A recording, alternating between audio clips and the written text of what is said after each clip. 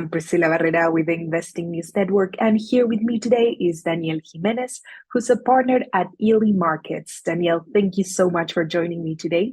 And I wanted to start by asking you, when you look at what has happened in lithium in 2022, we obviously had high lithium prices, we had some worries over supply, we had governments push with policies to further regional supply chains.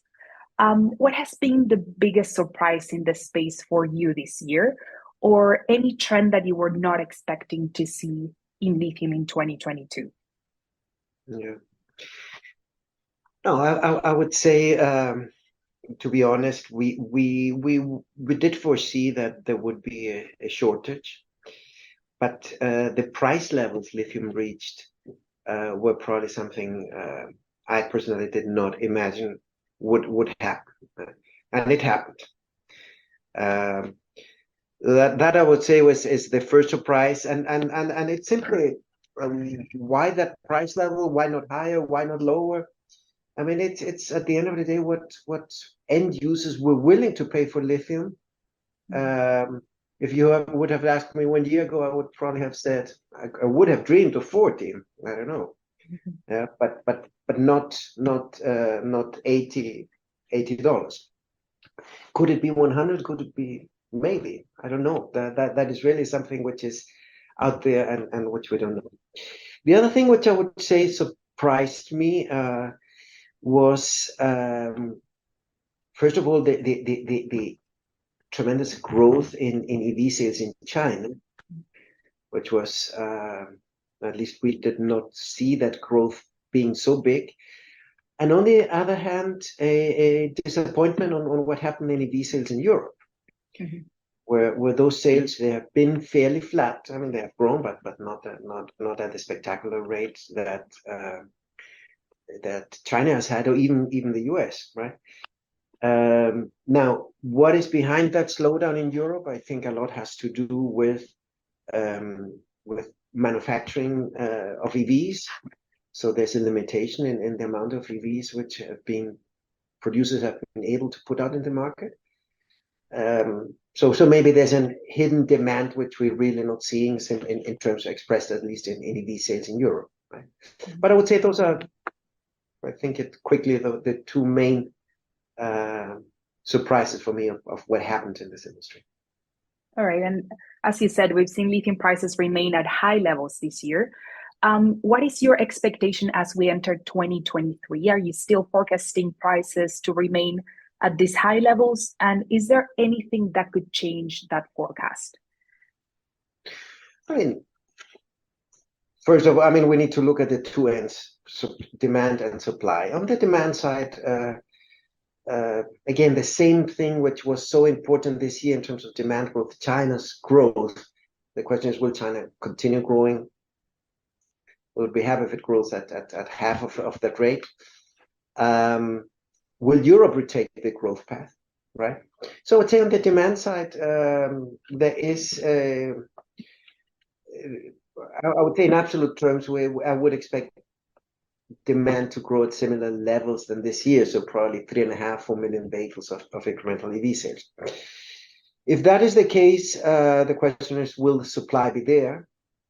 And when you look roughly at the supply increase, or the increase of supply in the market next year, where that will be coming from, well, it will be coming mostly from incumbents. So this is the SQMs, the Albemarles, through their operations, the ramp up of some of the existing assets in Australia, especially, but a very limited volume really coming from new projects. So and maybe the bigger question in this whole story is how quickly can this promise of incremental supply of lithium in China be.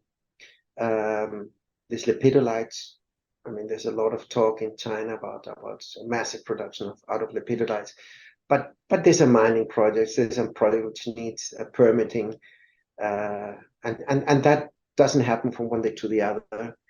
I think in general, what we have heard, at least in the past, from China's lithium production has always been excessively optimistic. So all in all, I think the market will probably be in a similar situation than this year. And therefore, I would foresee prices to remain at high levels. And high levels to me is anything above $40 is already extremely high. It's very profitable for any producing asset.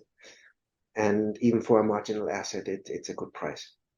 And before I circle back to supply, I wanted to stay with prices for one moment. So if prices remain high next year, and we know automakers and battery makers are looking to secure supply, what do you expect to see in terms of price dynamics, volumes when it comes to contracts? Will we see any changes or more changes next year? Look, I think all the major lithium producers, lithium chemical producers, they've basically laid out or made statements that the pricing will be indexed to market prices. So we should probably expect for all of them trying to secure their contracts mostly on a variable price. And since most of the supply is going to come anyway from this existing the incumbent producers, I think that will be set the tone. So contracts will, I think, no question about it, will move to a very variable market indexed price adjustment mechanism. All right. So let's talk a bit further about supply. So in terms of supply coming on stream, I know you talk a little bit about what you're expecting for next year, but I wanted to ask in terms of new supply from new projects, do you think we will see more deals that could support more supply to come online in this space from automakers just to push these projects forward? Yeah. I think financing is not a big constraint today, right? For project developers, I think they have access to finance in multiple sources, and probably the finance is not really a constraint for a project developer today. But on the other hand, consumers, OEMs, they are in a position where they need to secure. So it's they who are actively trying to secure today contracts by doing this, by making prepayments, so financing projects, so to make sure that they get an offtake agreement. I think that trend will probably continue. When you look at what is available out there to secure contracts, offtake contracts, it's very limited. It's very limited. I mean, if you think the incumbent producers, they really don't need those prepayments. It's not very marginally. Projects, yes, they need to invest still, but then what are the projects which are of advanced development stage? And how much have they secured? They have already secured a big portion. So it's really today the very, very few projects left where at an advanced stage where the volumes have not been committed yet. So what will OEMs do? They do not have too many options to finance projects today, unless they want to go really on a much earlier stage and therefore higher risk project and participate in that, right? So yeah, it doesn't look easy for OEMs to secure offtakes in the way they've done it, like Ford or General Motors did it, and probably they have to think of securing, at least for the next few years, they will need to secure volume with incumbents. All right. And you also touched on China, and I wanted to ask you, how likely is it really for China to develop its own domestic lithium resources twist this supply tightness that we're seeing in the market? Is this a trend that we could actually see next year? Or is it more likely for China to continue to look for resources maybe elsewhere, like Africa or Argentina? Yeah, look, I think both. Both. I Mhm. mean, China, if you think of China's ambition, I don't know, today it's something like 60% or 70% of the lithium chemicals are produced in China. Uh, that amounts to roughly, let's say, 500,000 tons of LCE, Mhm. 400 to 500,000 tons, and China produces very little. Yeah. So it will need if it wants to maintain its position to continue developing uh, lithium assets within China, and also they will continue in their shopping spree in wherever they can Mhm. have get access to lithium assets, and that is today probably restricted only to Argentina and Africa. Yeah? Mhm. Australia, from a practical point of view, closed. So is the US. Chile is also not an option today for anybody.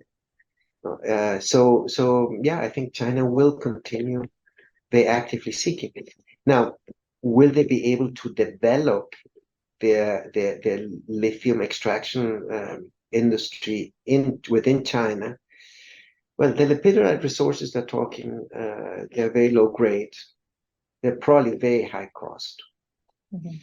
and that high cost means also that if they operate, they will also set and that's, they will also define the floor for a lithium price for lithium prices. Mhm. And imagine it's a big industry of coming out of lepidolites, and with high costs, that will define what the marginal cost of production is, and it will be high. It will be Mhm. high. So now the speed of bringing up that capacity is, of course, uh, I would, although China has proven that they can do things very quickly. Um, This is still mining. They have still environmental issues which they have to solve. So I don't see this happening in 2 years or three, even 3 years, like what is being put out there by Chinese analysts and companies. And in terms of, since we're speaking about China, in terms of geopolitical dynamics in the lithium space next year, how do you expect that to develop? And how will it impact lithium producers, I guess, particularly in South America and Australia? How do you see that having an impact in the industry? Look, as I said before, I think China in South America, its only possibility, real possibility today is Argentina. Um, Mexico is probably also not out of the question anymore. Brazil, I could imagine Brazil, they will start looking as well. Um, but on the other hand, when I think of the IRA Mhm. and that the US wants to be self-sufficient in the supply chain for EVs, well, the US, Canada, they don't have sufficient lithium. That's a fact. Mhm.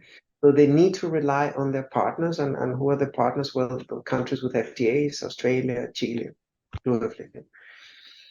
But Argentina is next door as well. And I would, if I would be the US, I would also try to include Argentina in that list of favored countries.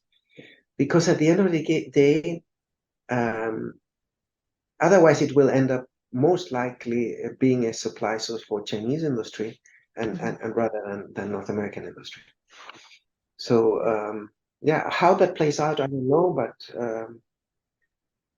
but if I was the US, I would take more care of this region of this area of influence where it has traditionally it's been its turf, no?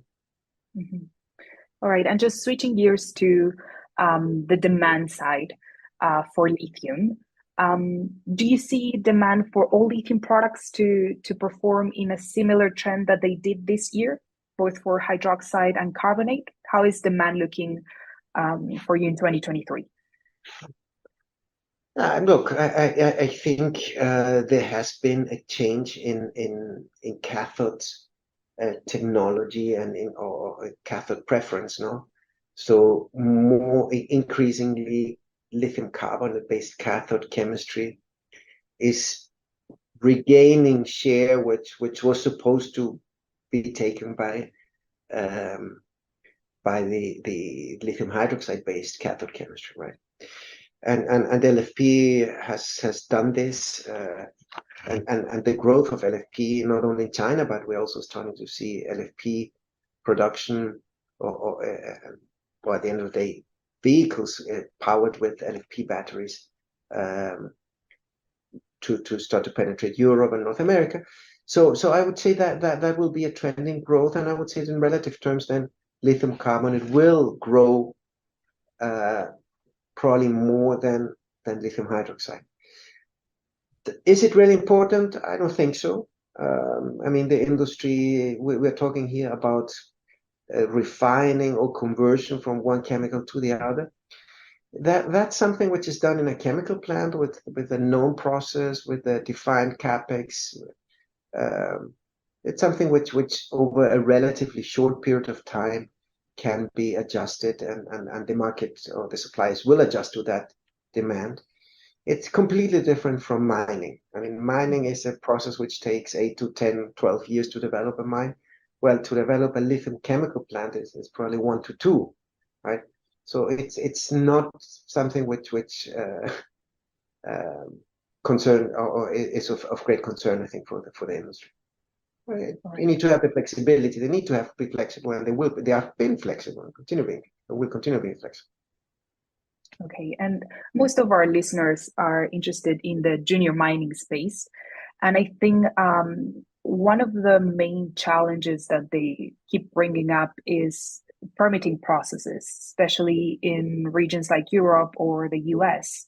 What are your thoughts on permitting processes for lithium projects right now, and how does it compare to South America or countries like Australia, Argentina, which are big producers of lithium today, when you look at permitting process for projects? Yeah, no, indeed. I mean, I think today, to develop lithium projects, money is not a constraint. Mm-hmm. What are the constraints really? The resource, mm-hmm. know-how, and permitting. Yeah. Mm-hmm. And if we start already by resource, I mean, generally speaking, average, Europe and North America's resources are poor compared to those of Australia, of Chile, of Argentina. Right?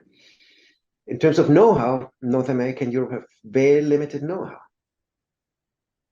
So that's another constraint, right, for Europe and North America. And then at permitting, where in Europe and North America, it's extremely difficult to get permitted to extract lithium. So I think, I mean, the resource, you cannot get a better resource because it's in nature.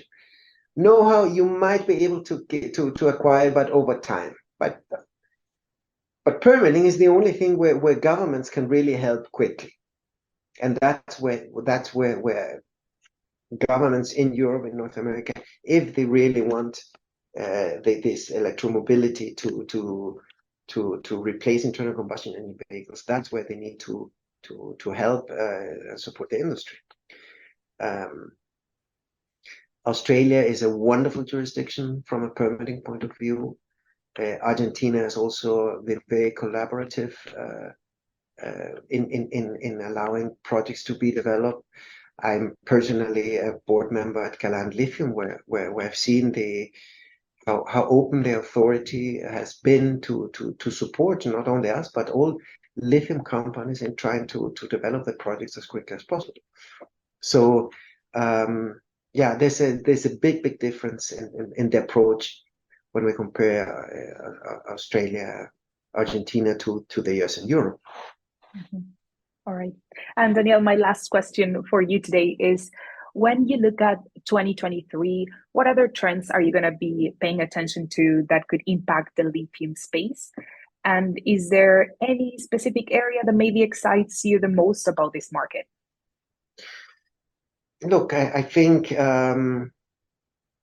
clearly EV sales, and it's not a secret, that's what drives it. And to see how quick that industry evolves in now other parts of it. I think Europe, we need to have a look, the US as well, and China, of course. That is the one thing. In terms of trends, we need to keep an eye of what is happening with high lithium prices and associated to that, how that could maybe, first of all, delay EV sales. And second, and then it's not only lithium, it's battery materials in general. And the second thing is also to look at those applications where alternative energy storage technologies could compete against lithium. And there's a lot of talk of sodium-ion batteries, other technologies that might be applicable to e-bikes, to stationary energy storage. Those are the things which we need to monitor, because that could probably be a good indication of whether lithium, there is a threat of lithium for lithium or not. On a more longer term perspective, I also would expect to see more efforts in fast charging. Fast charging is a limitation both for those places in the world where you really need long driving ranges. But secondly, also there's another element of fast charging which might enable to reduce the size of the battery and therefore reduce the cost of vehicles.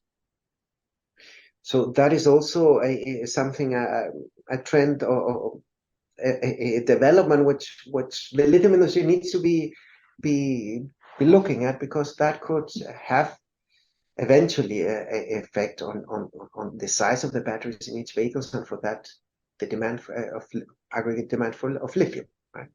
Those are the things to watch, and evidently the other very interesting thing is that starting next year we will start seeing now for the first time greenfield projects starting up.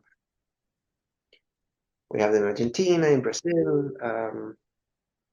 I think those are, and in Australia we have a new project starting also as of next year. And it will be and again, we haven't had new projects since I think 2018. Mm-hmm.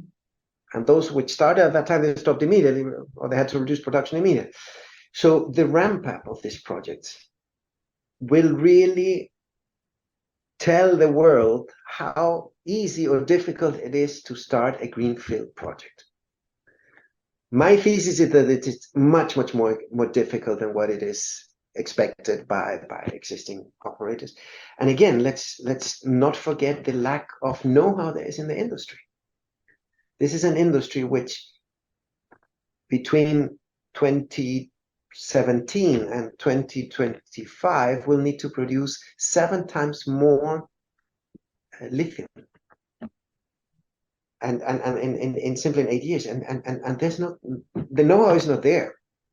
So that's why I'm very I think it will be a very good indication of what the project developers can do when we start seeing the ramp-up processes of these new assets which will start production next year. All right. Okay. Thank you so much.